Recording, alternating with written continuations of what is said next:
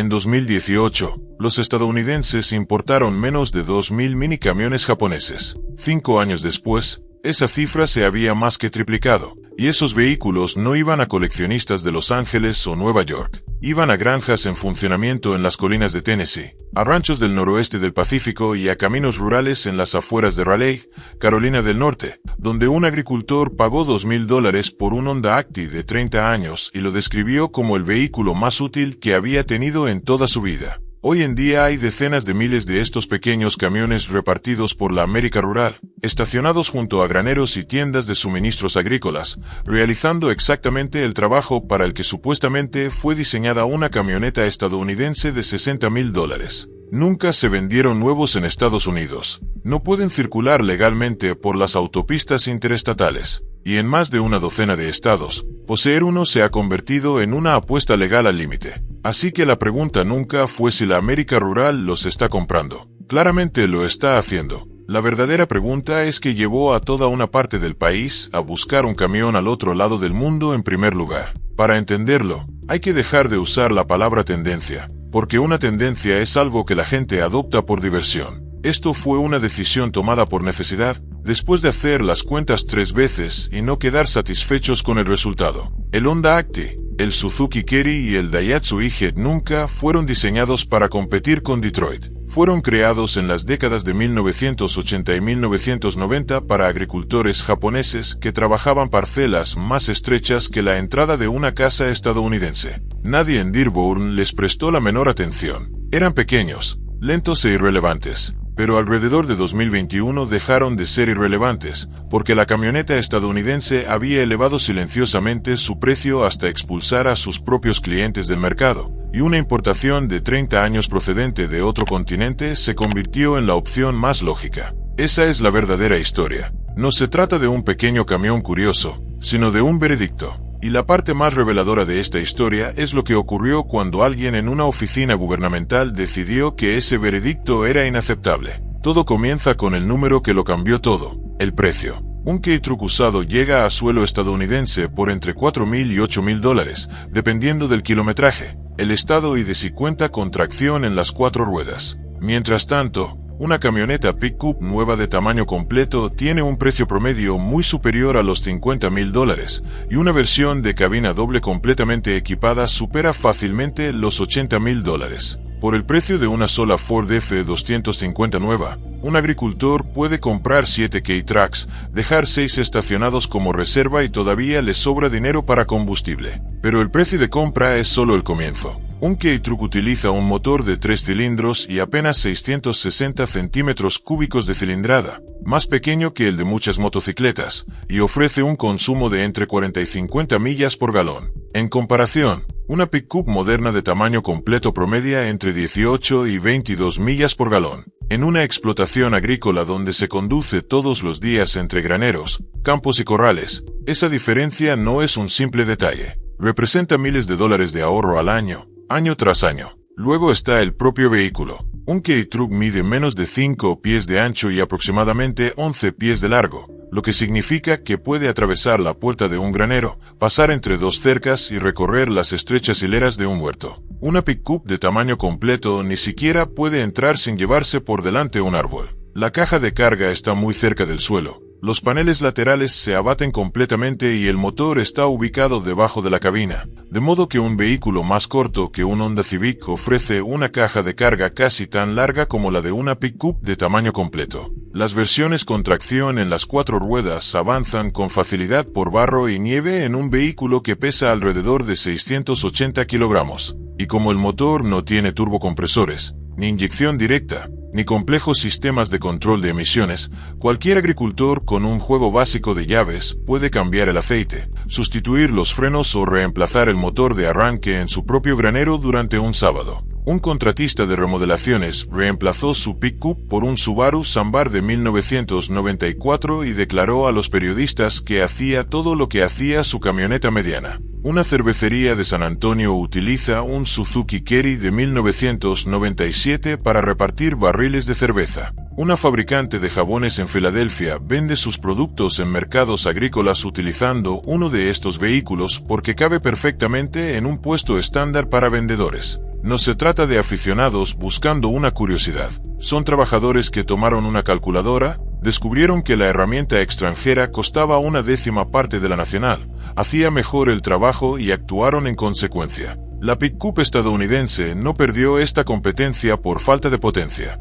La perdió por culpa de las matemáticas. Entonces, ¿cómo terminó la pick-up estadounidense? El vehículo más rentable que fabrica Detroit, convirtiéndose en la herramienta equivocada para las personas que prácticamente inventaron la palabra camión. Ocurrió de la manera en que suelen ocurrir estas cosas, lentamente y siempre en una sola dirección. Durante las últimas 2 décadas, la pick-up de tamaño completo se hizo más alta, más ancha y más pesada con prácticamente cada nuevo modelo. Los laterales de la caja de carga aumentaron tanto de altura que hoy cargar mercancía requiere un escalón incorporado, un accesorio que por sí solo añade cientos de dólares al precio final del vehículo. Cada centímetro de ese crecimiento se vendió como progreso, porque una camioneta más grande justifica un precio más alto, y un precio más alto genera mejores resultados financieros. Debajo de la carrocería, la ingeniería siguió el mismo camino. El motor EcoBoost de 3.5 litros de Ford funciona con 2 turbocompresores que alcanzan presiones en los cilindros capaces de haber destruido un motor hace apenas 20 años. El quinto 8 de 6, 2 litros de General Motors trabaja con tolerancias en los cojinetes más finas que un cabello humano y utiliza aceite sintético de baja viscosidad. Estos motores producen una potencia impresionante y excelentes cifras de consumo, pero también lo hacen eliminando prácticamente todo el margen de error. Basta con un conducto de aceite contaminado, una breve caída de presión o un cojinete apenas fuera de especificación para que el motor no falle poco a poco. Simplemente se destruya. Y esto no es una situación hipotética. En abril de 2025, General Motors retiró del mercado más de 700.000 camionetas y SUV equipadas precisamente con SV8 de 6, 2 litros. La decisión llegó después de que su propia investigación registrara más de 28.000 reportes de fallas de motor, aproximadamente la mitad ocurridas mientras el vehículo estaba en movimiento. La causa se atribuyó a bielas y cigüeñales defectuosos. ¿Y la solución para los vehículos que pasaban la inspección? Aceite de mayor viscosidad, una nueva tapa del depósito de aceite y una hoja adicional para el manual del propietario. La respuesta de Detroit a un motor de $60.000 que se destruía solo fue usar un aceite más espeso y colocar una etiqueta. Para enero de 2026, los reguladores federales reabrieron el caso porque esa solución no estaba resolviendo el problema. En cambio, un motor de un K-Truck de 1995 fue diseñado con tolerancias más amplias, aceite convencional y bajo la idea de que quien lo comprara también sería quien lo reparara. Fue construido para perdonar errores. El motor de una camioneta estadounidense moderna fue diseñado para funcionar en su límite absoluto y luego vendido con una garantía en lugar de un margen de seguridad. Una de esas filosofías mantiene una granja en funcionamiento. La otra mantiene lleno el taller del concesionario. Si te interesan historias como esta, suscribirte es la forma más sencilla de indicarle al algoritmo que quieres seguir viéndolas. Porque aquí es donde esta historia deja de tratar sobre ingeniería y pasa a tratar sobre un simple documento. Para 2021, el K-Truck tenía un problema que no tenía nada que ver con el propio vehículo. Funcionaba demasiado bien. Los importadores no podían mantener existencias. Concesionarios especializados estaban abriendo por todo el país. Discretamente, muchos habitantes de las zonas rurales comenzaban a dejar de comprar camionetas nuevas. Entonces, en junio de 2021, una organización de la que la mayoría de los estadounidenses nunca había oído hablar publicó un documento que cambiaría que camionetas podían conducir legalmente. Esa organización se llama la Asociación Estadounidense de Administradores de Vehículos Motorizados. No es una agencia gubernamental. Es una organización sin fines de lucro que funciona, en la práctica, como una asociación profesional para quienes administran las oficinas estatales de vehículos motorizados. Ese mes distribuyó un documento titulado, con el lenguaje frío típico de la burocracia, Mejores prácticas para el registro y titulación de mini camionetas. Su recomendación era sencilla. Los estados debían dejar de registrar estos vehículos para circular por carretera. El documento utilizaba una definición de vehículo todoterreno incluso más amplia que la del propio gobierno federal y mencionaba específicamente a los K-Trucks con 25 años o más de antigüedad. Es decir, exactamente los vehículos que la legislación federal de importación ya había declarado legales. Y había un detalle que debería llamar la atención de cualquiera que lo leyera. El propio documento reconocía que sus recomendaciones podían entrar en conflicto con las leyes estatales vigentes. La solución propuesta, no suavizar la recomendación, sino que los estados modificaran sus leyes hasta hacerla legal. Eso fue exactamente lo que ocurrió. En el verano de 2021, la Oficina de Vehículos Motorizados de Maine comenzó a enviar cartas a personas que ya poseían legalmente estos vehículos, informándoles que sus camionetas, antes registradas sin problemas, ahora eran reclasificadas exclusivamente para uso fuera de carretera. Rhode Island fue aún más lejos. Revocó matrículas ya concedidas y ordenó a los propietarios entregar las placas, pese a no haber cometido ninguna infracción. Después siguieron Nueva York, Georgia y Pensilvania. Más tarde, Massachusetts, Michigan y Colorado. Estado tras estado, la misma marcha atrás utilizando prácticamente el mismo argumento de seguridad. Todo conducía al mismo documento. Y cuando los periodistas investigaron quién había redactado realmente esa guía de 2021, encontraron una respuesta reveladora. La mayor parte del texto había sido escrita por funcionarios de vehículos motorizados pertenecientes precisamente a los estados que luego prohibieron o restringieron estos vehículos. Quienes redactaron la recomendación fueron quienes después la aplicaron. La justificación oficial siempre fue la seguridad. Y es cierto que una camioneta de apenas 680 kilos ofrece poca protección frente a otra de más de 2000 kilos. Pero la seguridad no explica el momento en que ocurrió. Tampoco explica por qué se dirigieron específicamente contra estos vehículos. El gobierno federal ya había establecido el límite de seguridad. Se conoce como la regla de los 25 años, y estos vehículos cumplían con ella. Sin embargo, una organización sin fines de lucro volvió a dibujar esa línea mediante un memorando, y una docena de estados simplemente firmaron debajo.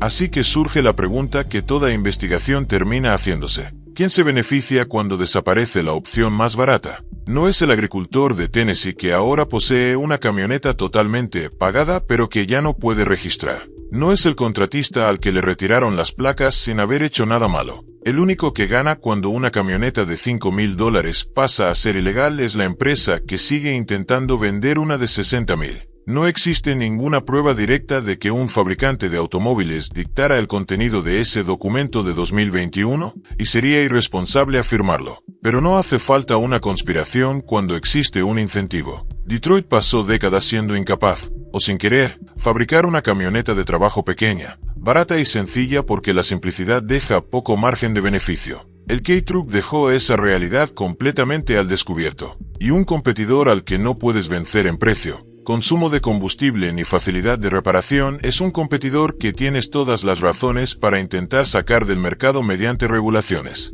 No hace falta construir una camioneta mejor, solo hace falta convertir en ilegal a la que ya lo es. Y observa otro detalle. Esta es una de las pocas amenazas que pueden eliminarse de esa manera. Una empresa no puede legislar para impedir que otra construya una fábrica mejor, pero una importación de 30 años, sin grupo de presión nacional, sin red de concesionarios y sin presupuesto de publicidad, no tiene a nadie sentado en la mesa cuando los administradores de vehículos motorizados redactan sus mejores prácticas. El K-Truck nunca perdió un debate, simplemente nunca fue invitado a participar en él. Y esa es la parte más importante de toda esta historia, porque en realidad no trata solo de camionetas japonesas. Trata de lo que ocurre cuando quienes forman parte de un mercado dejan de competir y empiezan a controlar quién puede participar en él. Durante la mayor parte del último siglo, la promesa estadounidense era que el mejor producto acabaría ganando, que si construías algo más barato, más resistente y más honesto,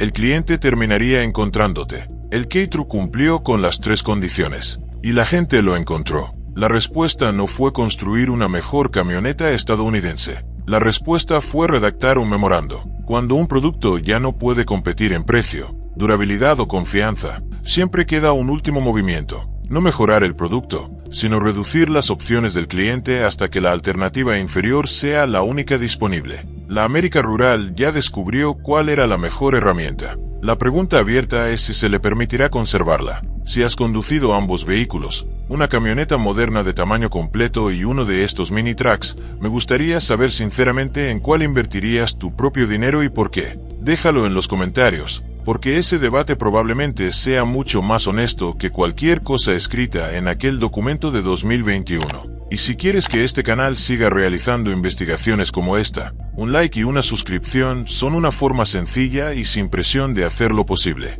Mantente siempre escéptico.